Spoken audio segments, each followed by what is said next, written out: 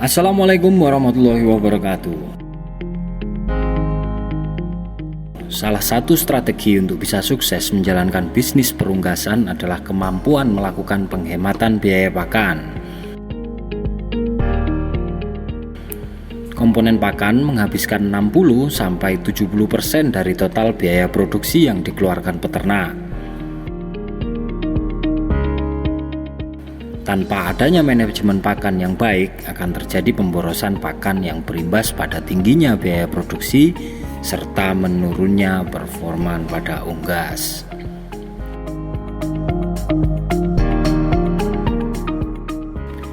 Enzim merupakan senyawa protein yang dapat larut yang diproduksi oleh organisme hidup dan berfungsi sebagai katalisator untuk mempercepat reaksi pemecahan senyawa-senyawa organik yang kompleks menjadi sederhana.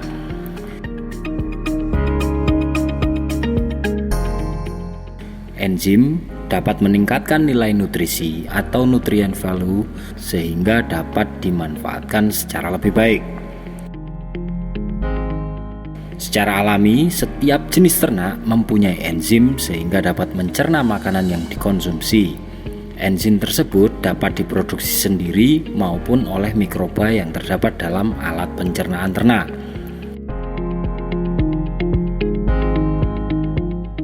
Namun, biji-bijian maupun serat kasar yang terdapat pada pakan seringkali sulit dicerna secara alami,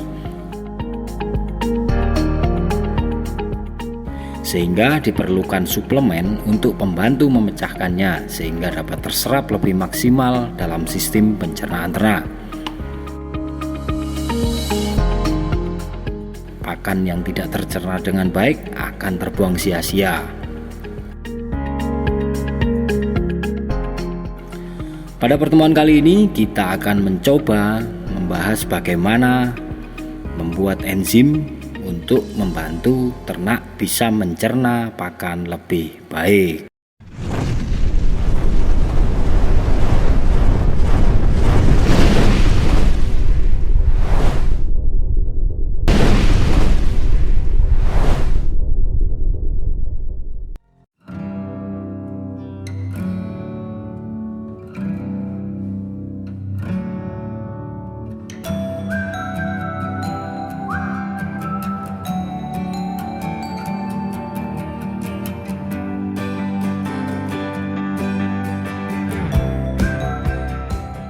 Bahan yang perlu kita siapkan, bahan pertama yaitu buah nanas.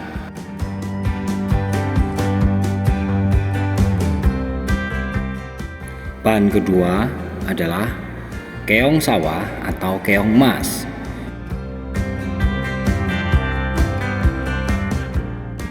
Bahan yang ketiga adalah telur ayam.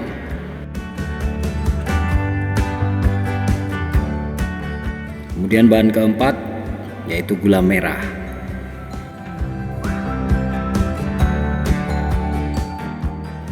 Dan bahan kelima adalah air kelapa.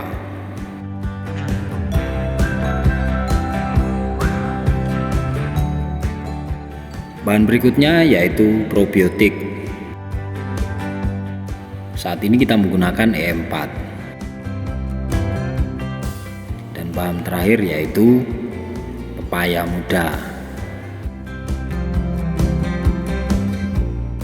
Langkah awal dari pembuatan enzim ini, Sobat Maestro bisa mulai dengan memanaskan air.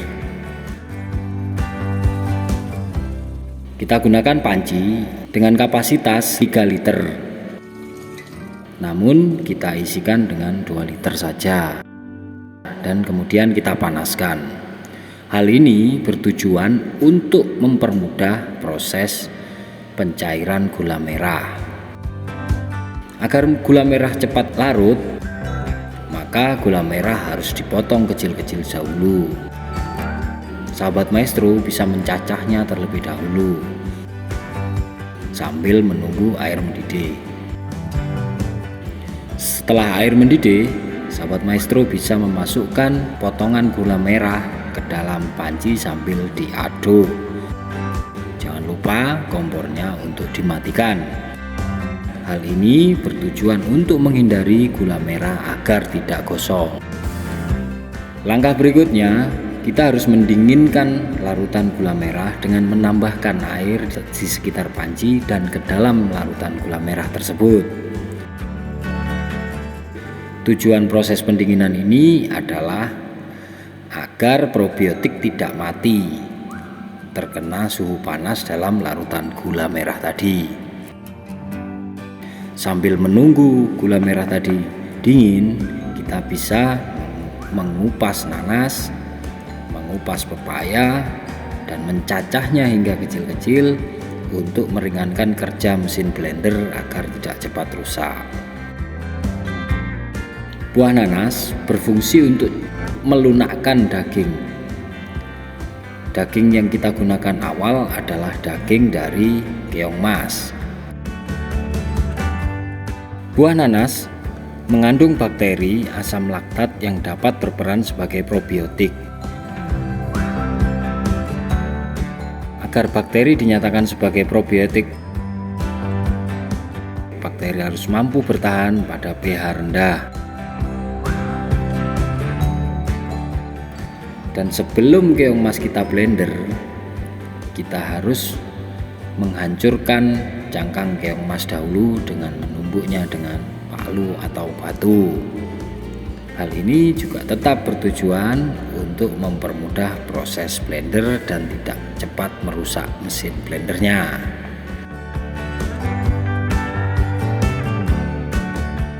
Hal yang pertama kita lakukan adalah memecahkan telur dan memasukkan ke dalam mesin blender.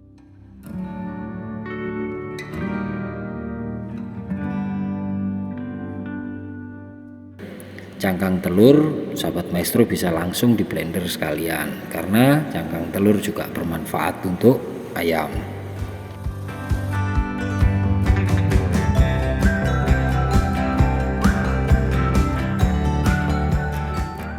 Yang berikutnya yang harus kita blender yaitu keong sawah. Untuk awal kita menggunakan keong sawah. Bukan berarti kita tidak menggunakan daging ikan. Kita menggunakan daging ikan nanti setelah proses fermentasi sudah berlangsung 3 atau 5 hari. Baru kita masukkan daging ikan.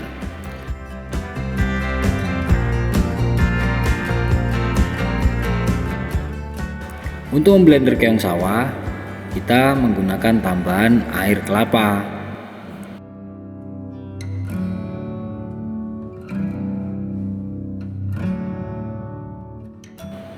Hal ini bertujuan untuk mempermudah menghancurkan dan menghaluskan cangkang keong sawah.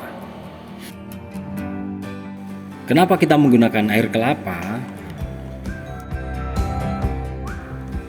Karena kandungan yang berasal dari air kelapa sangat banyak dan juga bermanfaat. Kandungan itu seperti kalsium, zat besi, vitamin C, protein, kalori, lemak, natrium, gula, dan memiliki serat juga dan karbohidrat. Air kelapa hanya memiliki 0 kolesterol. Kandungan yang banyak seperti ini menjadikan alasan orang untuk meminum air kelapa sebagai penetralisir racun dalam tubuh.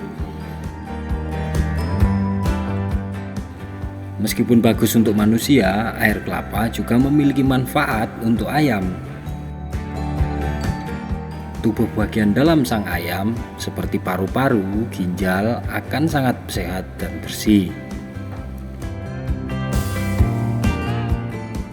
Proses berikutnya adalah menambahkan probiotik E4 ke dalam larutan gula merah yang sudah didinginkan tadi.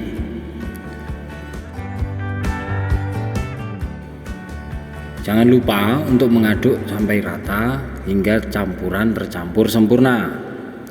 Setelah itu kita diamkan minimal 15 menit agar probiotik tadi benar-benar aktif. Sambil menunggu probiotik itu aktif, kita gunakan waktu untuk membersihkan tong tempat fermentasi.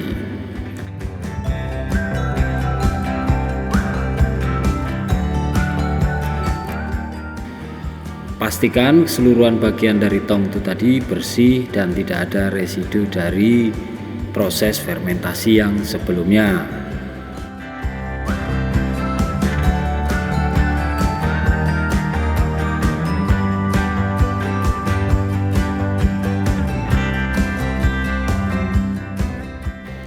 Hal ini bertujuan untuk menjaga kemurnian fermentasi yang baru kita buat tadi.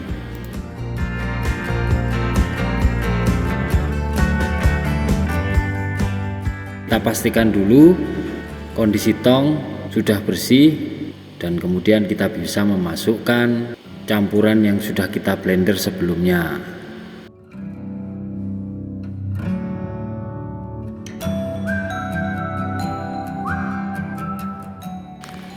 Di sini kita menggunakan 2 buah tong. Tong yang pertama yaitu untuk campuran yang kita blender dengan telur dan daging keong sawah, dan tong yang kedua kita gunakan untuk fermentasi kulit dari buah nanas dan buah pepaya.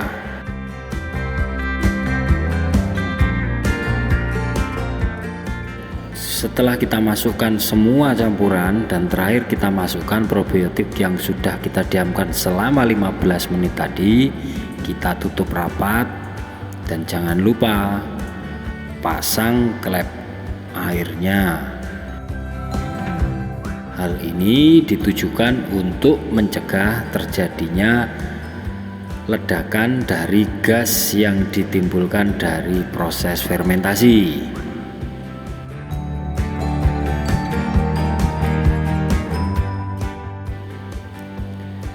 Setelah proses itu selesai, kita lanjut ke proses yang kedua yaitu fermentasi kulit buah nanas yang kemudian akan kita masukkan ke tong yang kedua.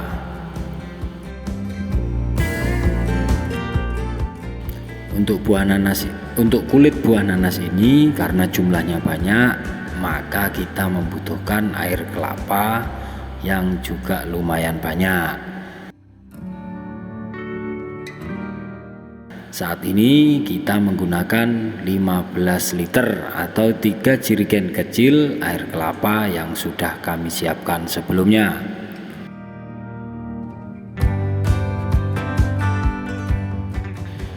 Untuk sahabat maestro, kita tidak hanya menggunakan daging keong dan telur, tapi kita juga menggunakan ikan.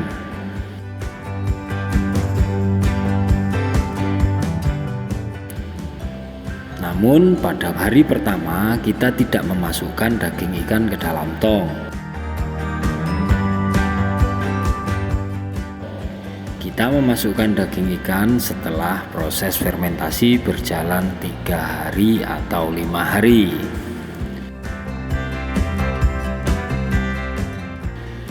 Setelah itu kita bisa diamkan selama 1 bulan. Baru bisa kita aplikasikan ke ayam kesayangan kita.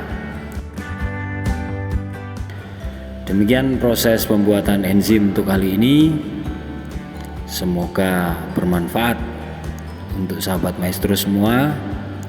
Tetap semangat dan salam satu hobi.